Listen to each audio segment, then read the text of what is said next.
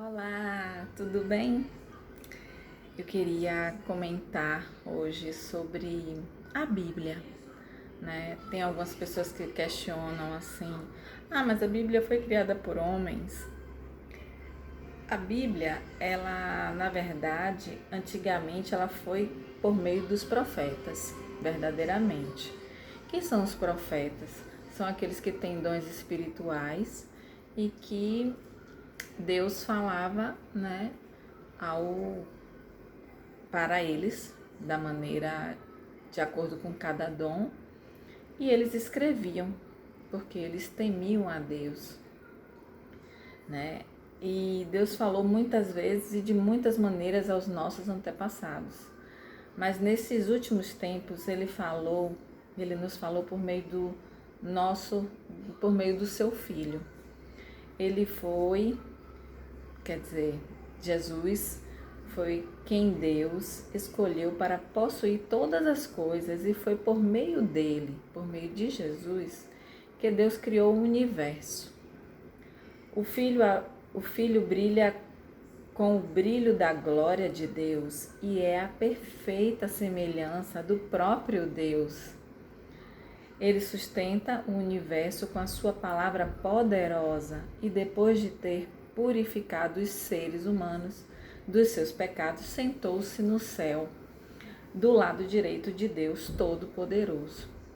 Então, esta aqui, a Bíblia, ela foi escrita por pessoas escolhidas, por pessoas com dons.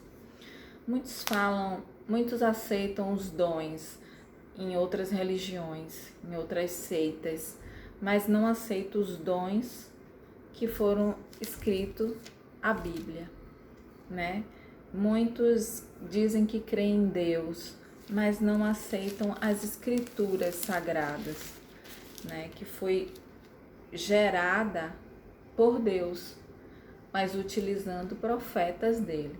E depois dos profetas veio a Jesus como Deus aqui na terra para falar do que verdadeiramente Deus queria de nós. Então, aqui em Hebreus 10, a partir do versículo 15, ele diz assim, 15, a partir do versículo 29.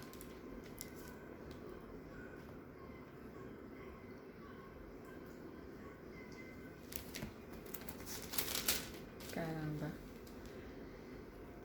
A partir do versículo 29. Ele diz assim: Então, o que será que vai acontecer com os que desprezam o Filho de Deus e consideram como coisa sem valor o sangue da aliança de Deus? O que vocês acham que vão acontecer com essas pessoas?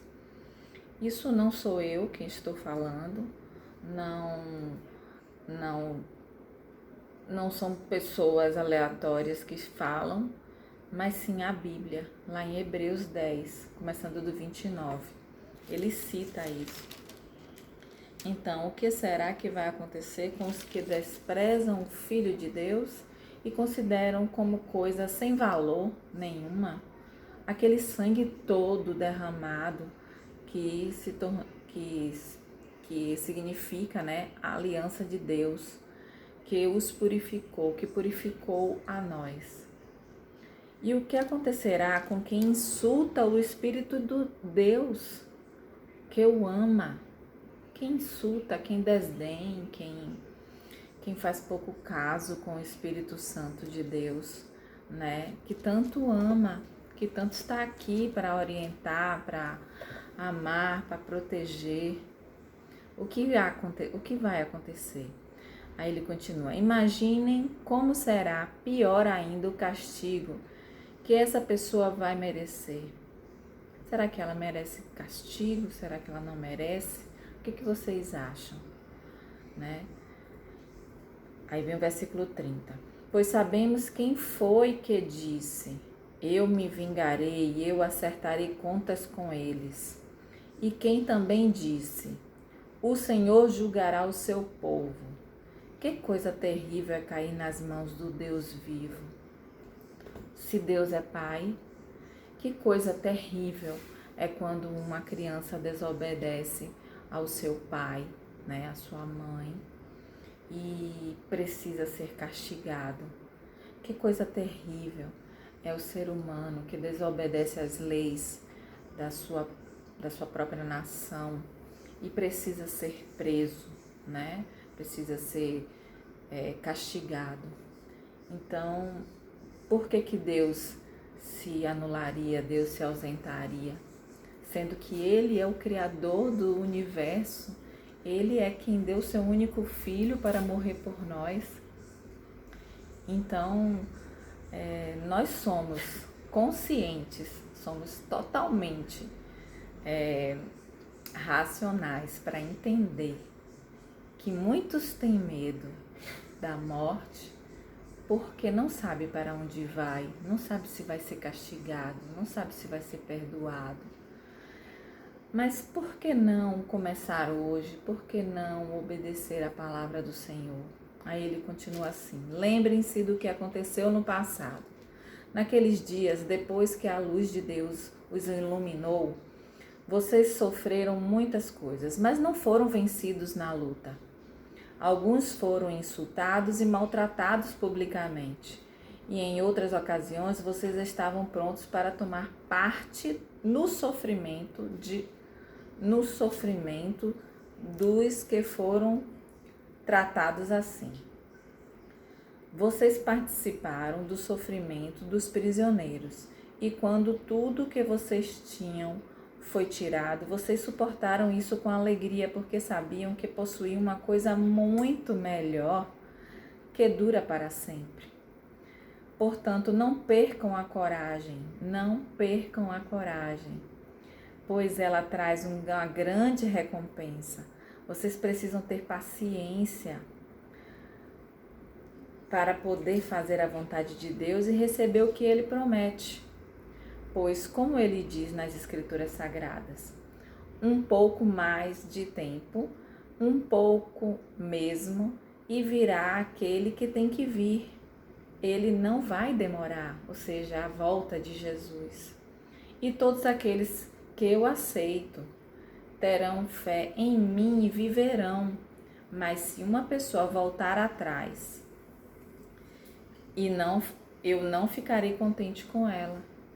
Ou seja, aqueles que conhecem a palavra, aqueles que já venceram essas lutas todas iniciais, né, de cristão, né, que venceram, batalharam e passaram, suportaram tudo com muita coragem para estarmos hoje aqui, né, perpetuando a palavra.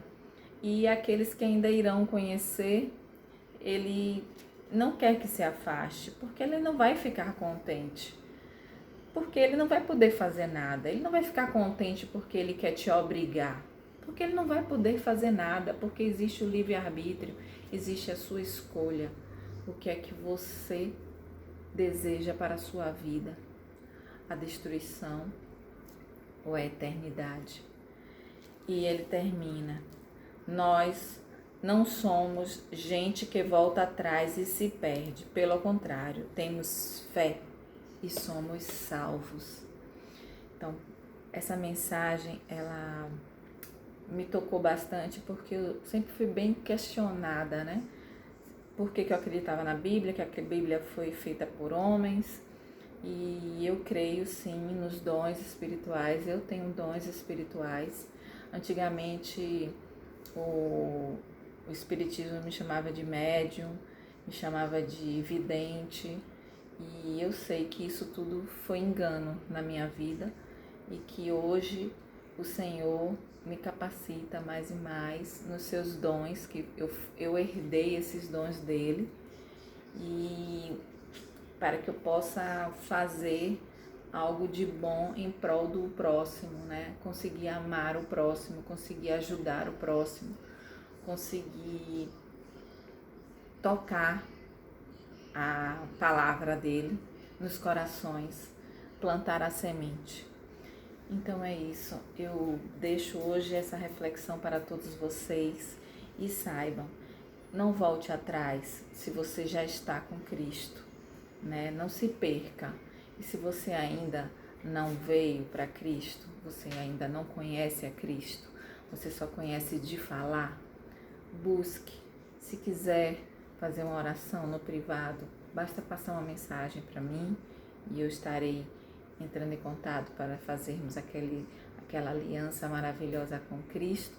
Não estou falando de igreja, não estou falando de religião, estou falando de Jesus Cristo, aquele que amou e ama você, aquele que morreu pelos seus pecados. E Ele está aqui, batendo a sua porta, para que você persevere, para que você tenha coragem, para que você tenha fé e esperança nesses tempos, nesses dias, em toda a sua vida, para você alcançar sua salvação. Um beijo. Deus abençoe.